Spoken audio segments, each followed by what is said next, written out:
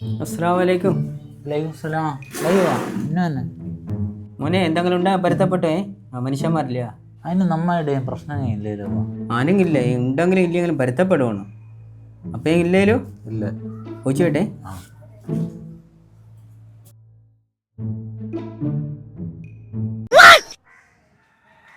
സ്ഥിരം നടക്കണ്ട തിരുവല്ല തൂർത്തു പോലെ. എന്തിനാ അതല്ലേ നിങ്ങളെ കൂടെ പരുത്തങ്ങ കെട്ടിനാ? ഓ അപ്പൊ വിട്ടുകളെ.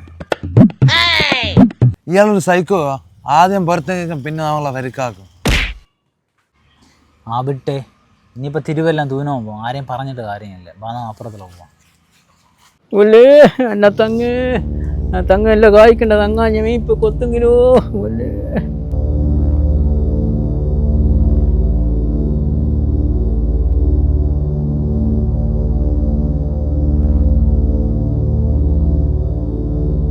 ബാക്കിയുള്ള മക്കളെ വിളിച്ച് ബാക്കി തങ്ങോട്ട് ക്ലിയർ ചെയ്യണം.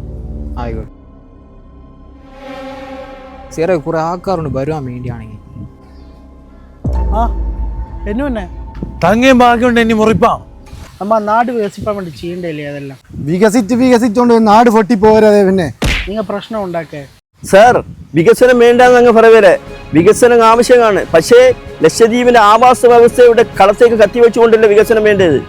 മത്സ്യവും തെങ്ങൊന്നുമില്ല ഞങ്ങളുടെ ഉപജീവന മാർഗങ്ങളാണ്.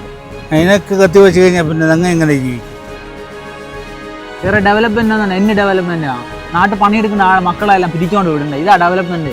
നിങ്ങൾ വികസനത്തെ പേരും പറഞ്ഞ് ലക്ഷദ്വീപിന്റെ മണ്ണിൽ നിന്ന് ലക്ഷോപലക്ഷം തെങ്ങുകൾ വെട്ടി നശിപ്പിച്ചു കഴിഞ്ഞു. ഒരു തെങ്ങെങ്കിലും നിങ്ങൾ വെച്ചു പിടിപ്പിച്ചു എവിടെ? പ്ലീസ്. നിങ്ങൾ എന്നല്ലേ ഞങ്ങളെ നികുതി പണത്തിന് ജീവിക്കേണ്ട ആൾക്കാരാണോ? എന്നിട്ട് നിങ്ങൾ ഞങ്ങളെ സേവിപ്പാനുള്ള ഇടത്ത് ഞങ്ങളെ ദ്രോഹിക്കുകയാണ് നിങ്ങൾ ചെയ്തുകൊണ്ടുള്ളത്. ഞങ്ങൾക്കും ബുദ്ധിമുട്ടായതല്ല. ഞങ്ങൾ നാട്ടുകാരെ പക്ഷത്താണ് ഉള്ളത്. പക്ഷെ ഞങ്ങൾ എന്നുകൊണ്ട് വേറെ അടിമകൾ മാത്രമാണ്. കേപ്പാവളെ കേൾക്കാനേ കാരണം മക്കൾക്ക് പാലുള്ളത്. ഞങ്ങളെ ജോലി തടസ്സപ്പെടുത്താൻ ഞങ്ങൾക്ക് ചെയ്തേ പറ്റൂ.